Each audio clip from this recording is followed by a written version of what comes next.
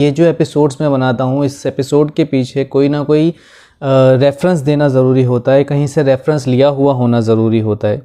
बिना रेफरेंस के सर पैर बिना की बात करना मतलब एक झूठ बांधने के बराबर है कि तबाह किया था जिसने कैसर व किसरा का तख्त, तबाह किया था जिसने कैसर व किसरा का तख्त, लेकर आ गए वही जालिम मलूकियत।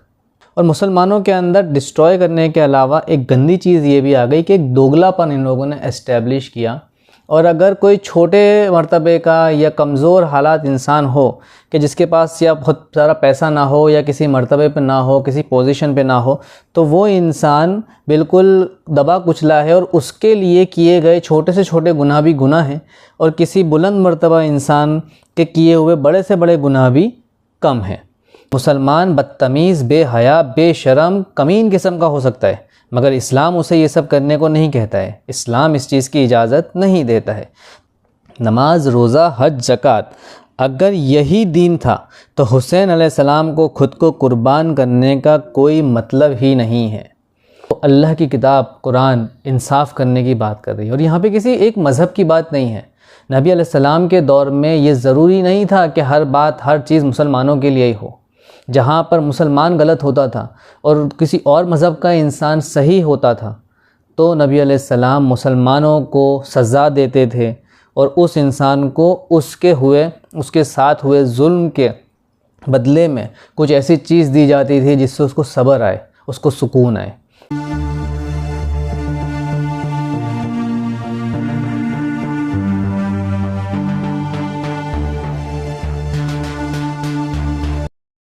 स्वागत है आपका मेरे चैनल रिवॉल्यूशन मैसेज पर। मैं हूं कामरान रिजवी।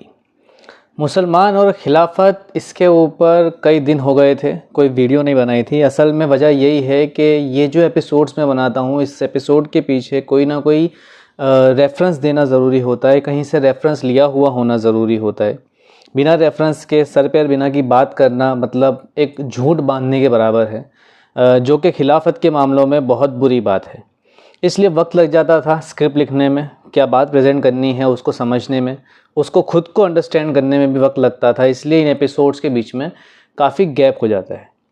आज का एपिसोड हम शुरू करेंगे, मगर उस एपिसोड के शुरू करने से पहले मैं आपको एक अशार पढ़ के सुनाना चाहता हूँ। बहुत खूबसूरत अशार है और आज के एपिसोड से काफ़ी रिलेटेड है। अशार है कि तबाह किया था जिसने कैसर व किसरा का तख्त, तबाह किया था जिसने कैसर व किसरा का तख्त, लेकर आ गए वही जालिम मलूकियत।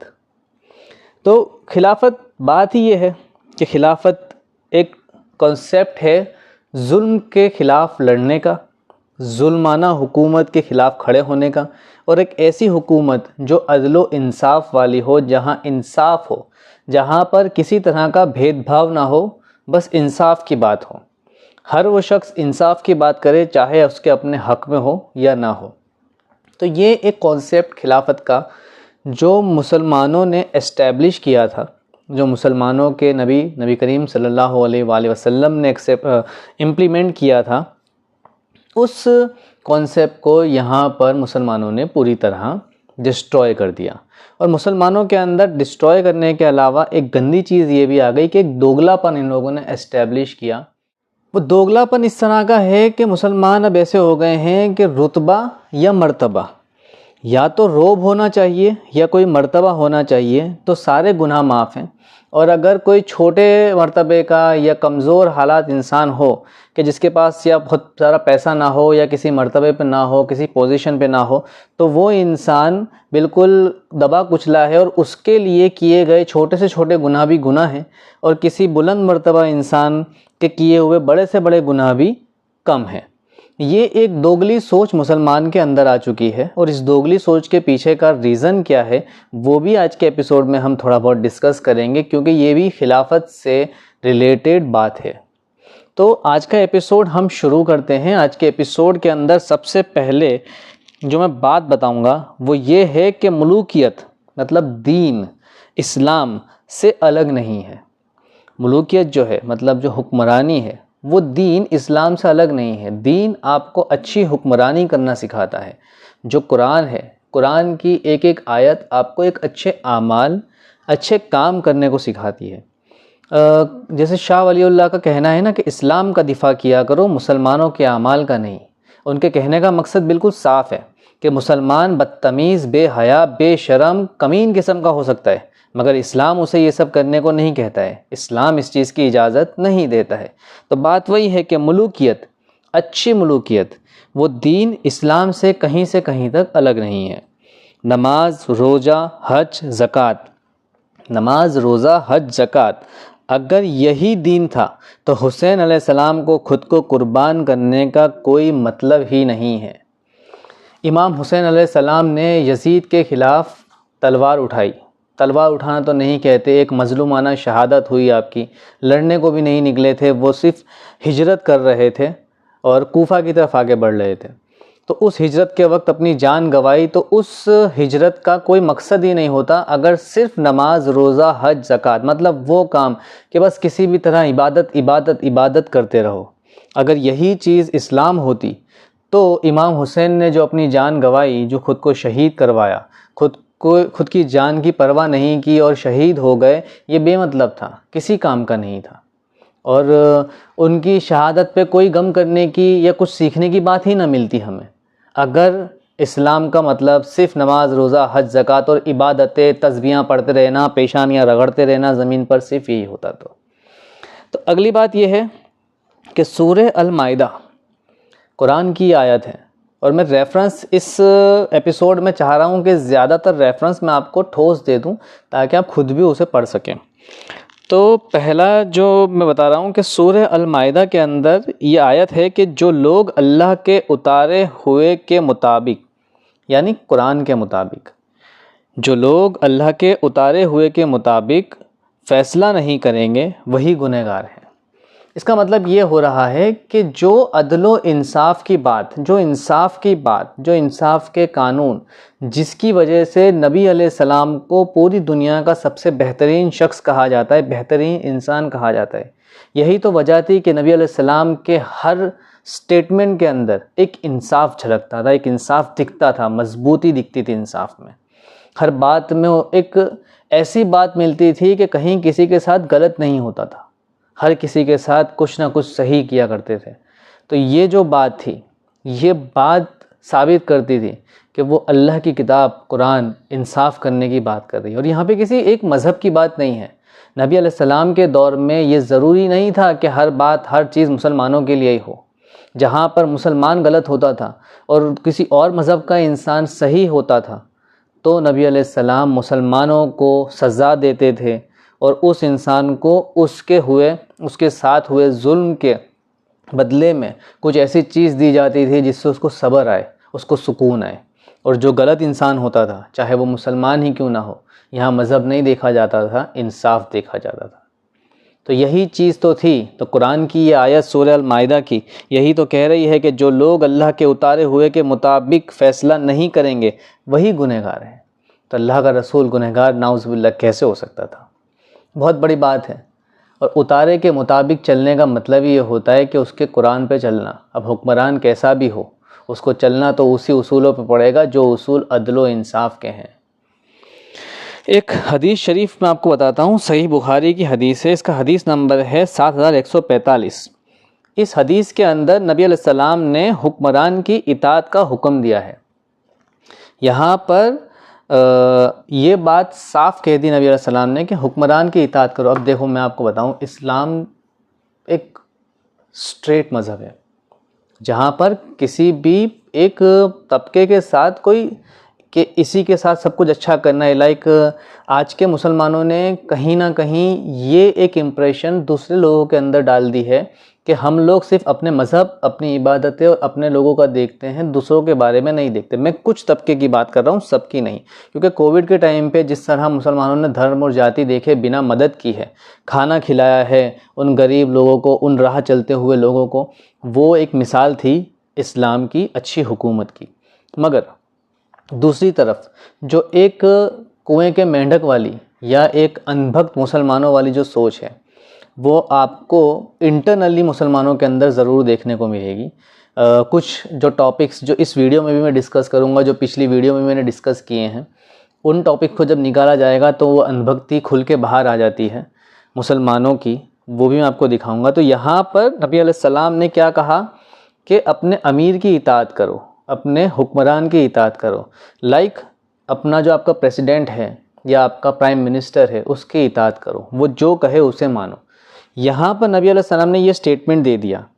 अब कुछ ढोंगी टाइप के मौलवी पार्टी जो हैं, जो लिबास तो इस्लाम का पहनते हैं मगर जो काम शैतानी करते हैं, इस्लामिक लिबास में दाढ़ी टोपी रखकर नमाज़ें 5 वक्त की पढ़ते हैं मगर शैतानी काम करते हैं, वो इस टॉपिक को लेकर, इस पॉइंट को लेकर, नबी अलैहिस्सलाम की इस हदीस को लेकर क्या स्टेटमेंट देते हैं कि हुक्मरानी पर कोई भी आ जाए, ठीक है, मतलब कि अगर कोई बदचलन, बेहुदा, बदतमीज़, कमीन किस्म का इंसान भी अगर हुकूमत पे आ जाए तो उसको एक्सेप्ट कर लो और उसकी इताअत करो। ये नबी अलैहिस्सलाम की हदीस है, मतलब बात को तोड़ मरोड़ के प्रेजेंट करना। अब मैं पूरी बात आपको बताता हूँ कि नबी अलैहिस्सलाम ने हुक्मरान की इताअत का हुक्म दिया मगर तब मना कर दिया जब वो अमीर ऐसी बातों का हुक्म दे जो बातें अल्लाह और उसके रसूल ने करने को मना किया है। ये सही बुखारी की हदीस है, हदीस का नंबर है 7145। तो जो मौलवी पार्टी है, मतलब गंदे मौलवी जिनके वजह से आज इस्लाम बदनाम है, इन लोगों की थिंकिंग क्या थी, ये लोग कोई बुरा इंसान भी हुकूमत पे आ जाए तो उसके बारे में ये कहते थे कि अब हुकूमत पे आ गया है तो इसको एक्सेप्ट कर लो और जो कहता है वो करो। जबकि नबी अलैहिस्सलाम की हदीस ये कहती है कि हुक्मरान की इताअत करो मगर उन बातों में जो बातें अच्छी हैं, जिन बातों में इंसाफ है, जिन बातों में कुछ गलत करने की बात नहीं है।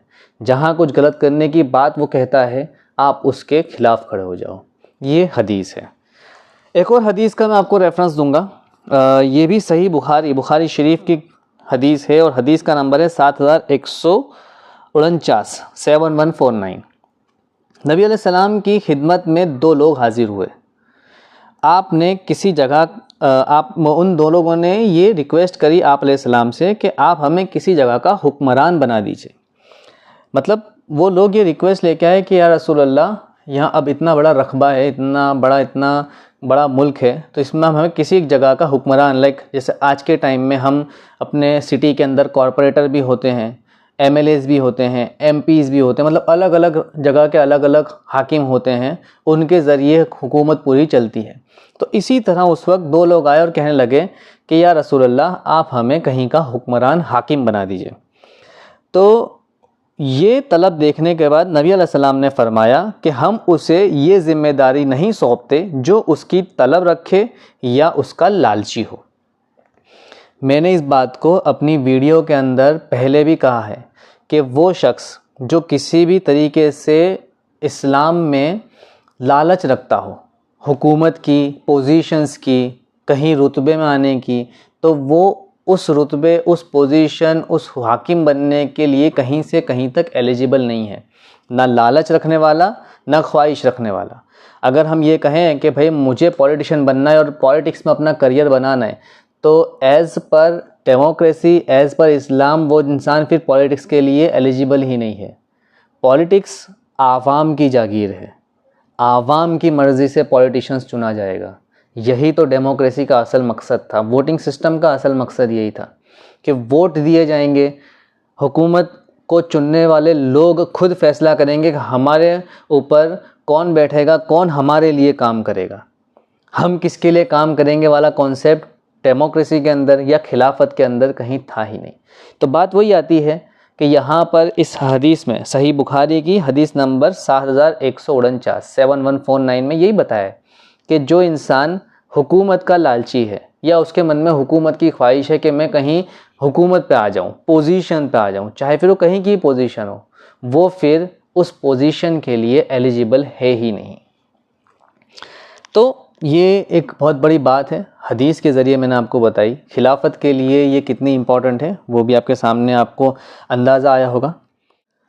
नेक्स्ट पॉइंट पर अब हम आते हैं, जो मैंने आपको बताया था कि जो मौलवी पार्टी है, मैंने जो बताया था कि जो अंधभक्त पार्टी है मुसलमानों के अंदर की, जिन लोगों ने खुद से कुछ नहीं सोचा, इन लोगों ने अपने ऊपर ही बैठे हुए मौलवी साहब के या हज़रत साहब के स्टेटमेंट्स को अंधों की तरह फॉलो किया और फिर लोगों को भी यही करने को कहा कि आप भी अंधों की तरह फॉलो करो। किसी आलिम के इल्म पे एतराज़ करना कुफ्र है, काफिर हो जाना है। यहाँ काफिर से मकसद इनकारी है, ये कोई गाली वाला वर्ड नहीं होता है। अक्सर मेरे नॉन मुस्लिम जितने भी जानने वाले हैं, दोस्त हैं, वो अगर इस वीडियो को देख रहे हैं तो मैं उनको ये बात कहना चाहूँगा कि काफिर कोई गाली नहीं है, कोई बुरा शब्द नहीं है। किसी और मज़हब के लिए मुसलमान उनके मज़हब के काफिर हैं और मुसलमान इस्लाम मज़हब के लिए जो दूसरे नॉन मुस्लिम्स हैं वो काफिर हैं। मतलब मेरी बात पर ना मानने वाला, इनकारी जिसको कहेंगे, वो काफिर होता है। तो ये जो मौलवी टाइप लोग हैं, जो नंगे चिते बदमाशी में हैं, एक गुमराही के टोले को ये लोग जो एक्सपांड कर रहे हैं, जो मुसलमानों को लॉजिकली सोचने नहीं दे रहे हैं, अंधभक्त बना रहे हैं, उन लोगों के ऊपर ये बात है कि उन लोगों ने किस तरह दीन का बेड़ा गर्क किया। तो यहाँ पे है कि आलिमों के गलत स्टेटमेंट ने खिलाफत के नक्शे को ही बदल दिया। बड़े बड़े ओहदे वाले आलिम या बड़े बड़े ओहदे वाले लोग जिनको लोग सुनते हैं, उन्होंने ये फतवे दिए, ये स्टेटमेंट्स दिए कि उम्मत की मर्ज़ी के ख़िलाफ़ अगर कोई ज़बर से या चाले चलकर हुकूमत पर आ जाए तो उसे हुक्मरान तस्लीम करना पड़ेगा। ये फतवे दिए हुए हैं, आप चाहें तो आप पूछ भी सकते हैं। कई बेवकूफ़ बेहुदा गंदे मौलवियों की वीडियोस भी इसके ऊपर हैं यूट्यूब्स और सोशल मीडिया के ऊपर, जो ये कहते हैं कि हुकूमत पे कोई भी इंसान आकर बैठ जाए तो आप उनके ख़िलाफ़ कोई आवाज़ नहीं उठा सकते, क्योंकि इसके लिए इस्लाम में कहा गया है। मतलब इसको इस्लाम का नाम देकर एक बेवकूफ़ी भरा स्टेटमेंट जो उनके हज़रत साहब ने उनको सिखाया था वो आगे चेप देते हैं। नेक्स्ट पॉइंट है, और फिर वो बातें जो सही खलीफे के लिए आई थी वो उसके लिए इस्तेमाल करना शुरू भी कर देते हैं। मतलब एक अच्छे खलीफा के बारे में जो बातें आई हैं इस्लाम में, एक अच्छे हुक्मरान के बारे में जो अच्छे काम कर रहा है, जो ईमानदारी से अपने काम कर रहा है, जो इंसाफ करता है लोगों के साथ, ऐसे हाकिम, ऐसे हुक्मरान, ऐसे प्रेसिडेंट, ऐसे प्राइम मिनिस्टर, ऐसे मंत्री के बारे में अगर जो बातें इस्लाम में आई थी कि ऐसा हाकिम हो तो उसके लिए तुम्हें ये करना है, मतलब उसकी इताअत करनी है, उसके ख़िलाफ़ तुम्हें खड़ा नहीं होना है, उसका सपोर्ट करना है, उसके साथ रहना है, उसको सपोर्ट करना है, उसे हर तरह से ज़रूरत के हिसाब से उसको सपोर्ट देना है।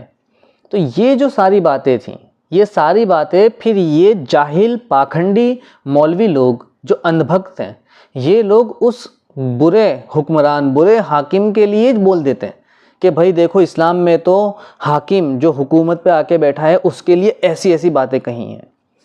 ये इस तरह के दोगलेपन में, मैंने आपको शुरुआत में ही कहा था कि मुसलमान दोगलेपन में आ गया है। ये ओहदे के लोगों को तो बहुत वाहवाहियाँ करता है, ओहदे वाले लोगों के साथ तो बहुत अच्छा रहता है, और जो बेचारे कमज़ोर हाल लोग होते हैं उनके ऊपर हर कानून चलाता है, उनके ऊपर सारे कानून चलाता है। तो ये जो तरीके हैं मुसलमानों के अंदर, ये गलत हैं, ये खिलाफत के तो अगेंस्ट हैं। नेक्स्ट अब मैं आपको एक बुक का नाम दूंगा, जिस बुक के अंदर आपको जिहाद और किताल, ये दो इम्पॉर्टेंट टॉपिक हैं। लोग जिहाद और किताल के बीच में फ़र्क भी नहीं कर पाते हैं, जिहाद कहाँ, किताल कहाँ, ये कहाँ कहाँ होता है। ये चीज़ अंडरस्टैंड करने के लिए बहुत अच्छी किताब है अल जिहाद वल किताल। इस किताब को अगर चाहें तो आप पढ़ें। इस किताब को पढ़ने के बाद अंडरस्टैंड करें कि जिहाद और किताल क्या होता है।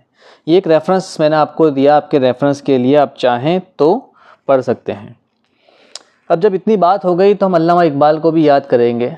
बहुत खूबसूरत अशार अल्लामा इकबाल साहब का है जिसको मैं आपको सुनाऊंगा, जो खिलाफत के मामले पर है कि यूरोप की ग़ुलामी पर रज़ामंद हुआ तू, यूरोप की ग़ुलामी पर रज़ामंद हुआ तू, मुझको तो गिला तुझसे है यूरोप से नहीं।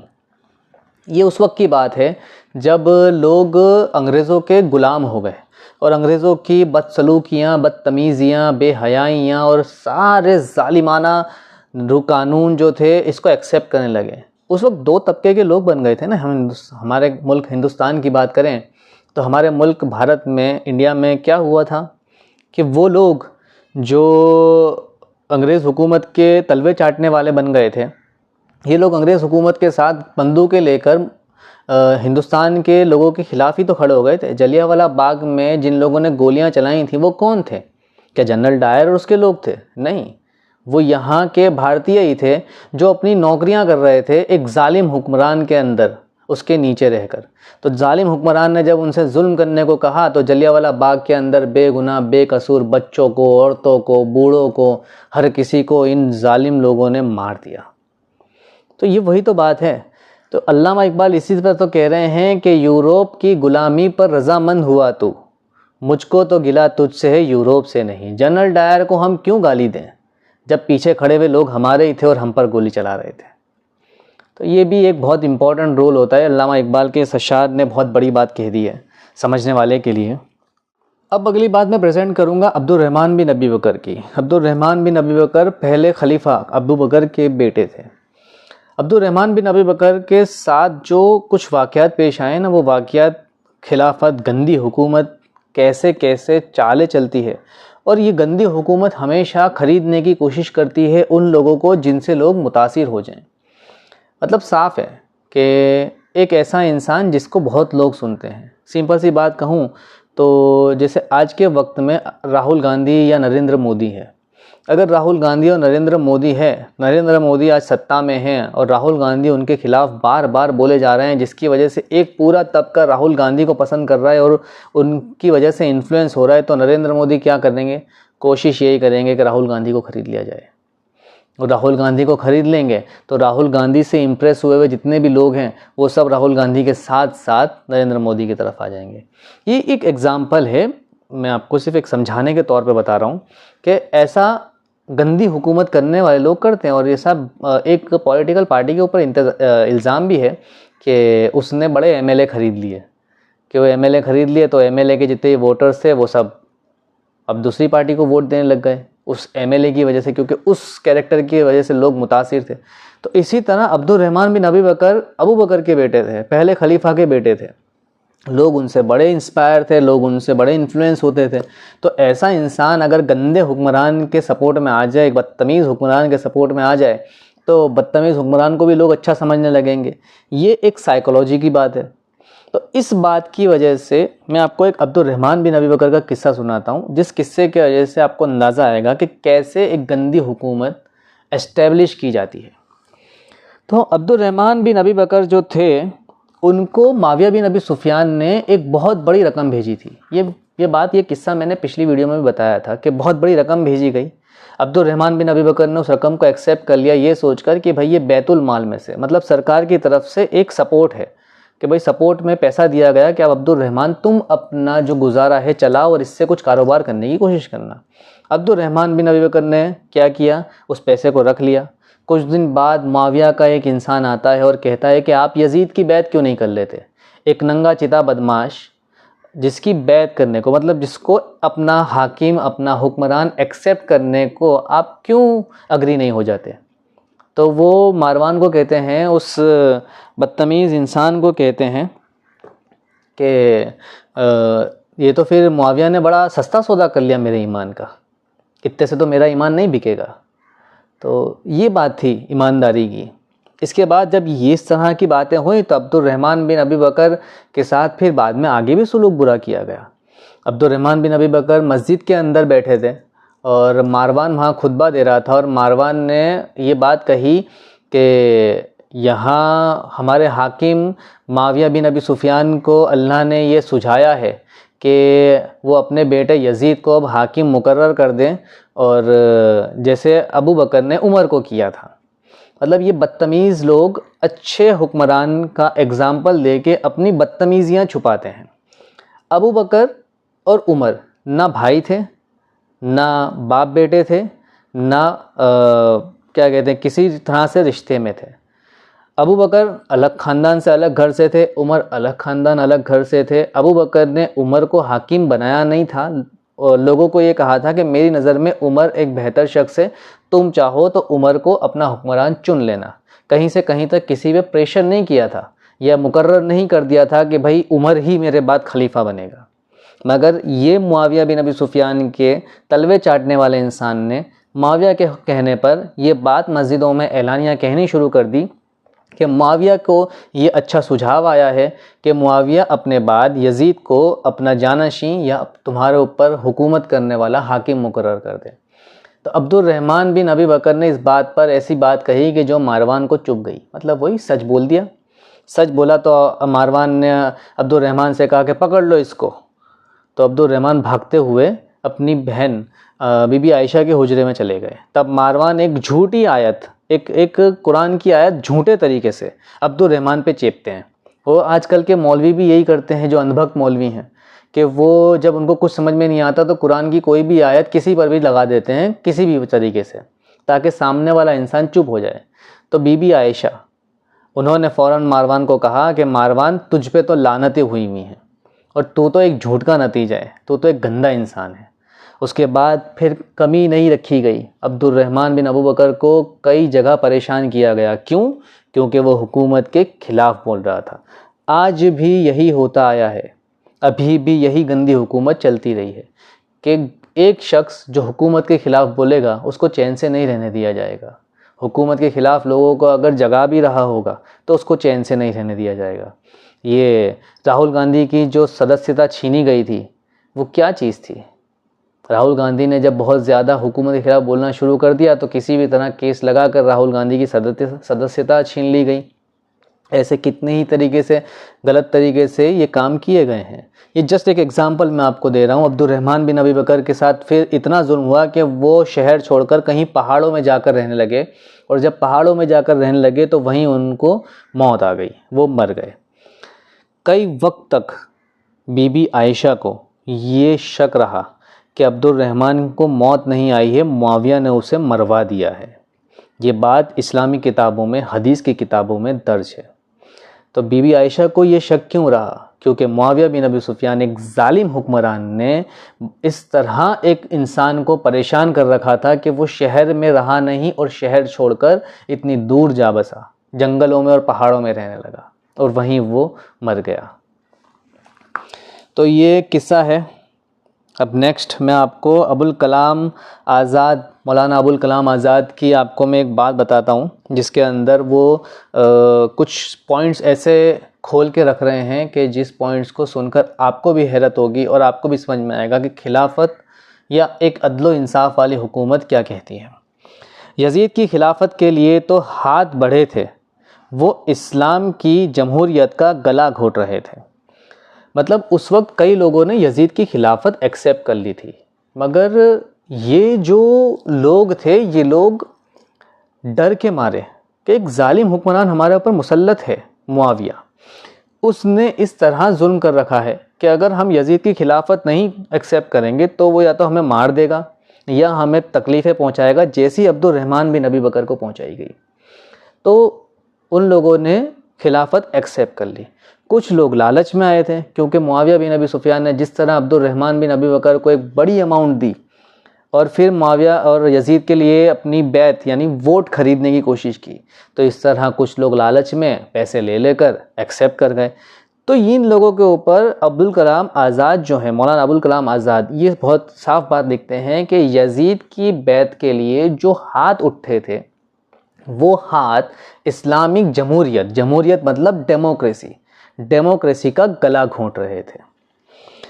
फिर नेक्स्ट बात उन्होंने लिखी है अल हिलाल किताब के अंदर। अल हिलाल किताब के अंदर बहुत ज़बरदस्त पॉइंट उन्होंने लिखा है कि अमीर माविया की सियासत ऐसी थी कि माल और दौलत के छींटों से गर्म दिलों को ठंडा किया करता था। मुसलमान को माल की ये राह सबसे पहले इसी ने दिखाई। मतलब अमीर माविया ने रिश्वतखोरी को शुरू किया है। मुसलमानों के अंदर जो आज गंदी आदत रिश्वतखोरी की आई है, पैसे लेकर किसी गंदे इंसान को छोड़ देना या पैसे लेकर किसी गंदे इंसान, किसी बुरे इंसान को सपोर्ट कर देना, ये आदत मुआविया बिन अबी सुफियान की वजह से आई है। मुआविया बिन अबी सुफियान ने अपने बदतमीज़, बेहया, कमीन किस्म के बेटे यजीद को हुक्मरान बनाने के लिए लोगों को रिश्वतें दी, लाखों रुपया दिया। अभी अब्दुर्रहमान बिन अबी बकर का किस्सा मैंने आपको सुनाया।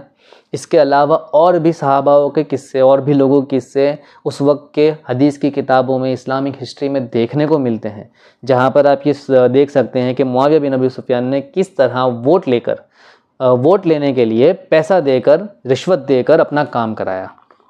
फिर दूसरी बात लिखते हैं कि ये वो वक्त था जब खिलाफत का दौर ख़त्म हो गया था और अमीर मुआविया रूमी और ईरानी शान व जाहो जलाल से तख्त खिलाफत को बर्बाद कर रहा था या कर दिया था। तो मौलाना अबुल कलाम आज़ाद अपनी किताब अल हिलाल में ये क्या बात लिख रहे हैं, उनकी कही हुई बात क्या है कि भाई ये वो वक्त था कि जब अमीर मुआविया ने ईरान या कैसर और किसरा कह दें या रोम और पर्शियन अम्पायर कह दो, इस वक्त ऐसे हुकूमत में जो जाहो जलाल थे, ऐशो आराम थे, मतलब हाकिम जो था वो सारे मज़े कर सकता था, हुकूमत को हर गुनाह माफ़ थे और आवाम जो थी वो दबी कुचली परेशान हाल रहे, मगर हाकिम की मज़ों में कोई कमी नहीं आनी चाहिए। इस तरह का जो दौर था उसकी शुरुआत पूरी तरह हो चुकी थी या पूरी तरह कर दी गई थी और तख्ते खिलाफत मतलब वो हुकूमत जिसके अंदर इंसाफ था, जिसके अंदर एक अदल इंसाफ की बात थी, जहाँ पे हुकूमत आवाम के लिए सोचती थी, हर डिसीज़न आवाम के लिए होता था, आवाम खुशहाल थी, आवाम निडर थी, आवाम डरे बिना आराम से चैन सुकून से जी सकती थी, कहीं कोई परेशान नहीं था। वो जो हुकूमत थी जिसे कहते हैं तख्ते खिलाफत, वो जो हुकूमत का तख्ता, खिलाफत का तख्ता, उसको पूरी तरह बर्बाद कर दिया था। तो फ़िलहाल आज के एपिसोड के लिए इतना ही। उम्मीद करता हूँ ये एपिसोड आपको पसंद आया होगा। थोड़े अल्फाज मेरे सख्त थे, मगर मैं क्या करूँ, ये मुद्दा ही ऐसा है कि अगर जगाना हो तो सख्ती ज़रूरी होती है। प्यार से मोहब्बत से तो इंसान को जगाया भी नहीं जा सकता, हिलाना तो पड़ता ही है, झंझोड़ना तो पड़ता ही है, और अगर गहरी नींद सोया हुआ इंसान हो तो पूरी तरह झंझोड़ देना पड़ता है। इसलिए ऐसे अल्फाज को यूज़ करना पड़ा। माफ़ी चाहता हूँ अगर कोई अल्फाज मैंने गलत कह दिया हो तो। मेरी कोशिश रही है कि आपको पूरी तरह इस बात को समझाया जाए, मगर फिर भी अगर आपके मन में कोई सवाल है तो ये आपका हक है कि आप सवाल कर सकते हो। कमेंट बॉक्स में खुलकर सवाल कीजिए, और मेरी कोई बात गलत हो तो खुलकर उसके बिहाफ में कमेंट बॉक्स के अंदर अपना रिप्लाई दीजिए कि मैंने ये बात गलत कही है। और अगर वीडियो पसंद आया है तो वीडियो को लाइक, शेयर और चैनल को सब्सक्राइब ज़रूर कीजिएगा। यही वीडियो फेसबुक और इंस्टाग्राम पर देख रहे हैं तो हमारी इस वीडियो को लाइक ज़रूर कीजिएगा, शेयर ज़रूर कीजिएगा और फेसबुक पेज को फॉलो ज़रूर कीजिएगा। मिलते हैं अगली वीडियो में, अपना ख्याल रखिएगा।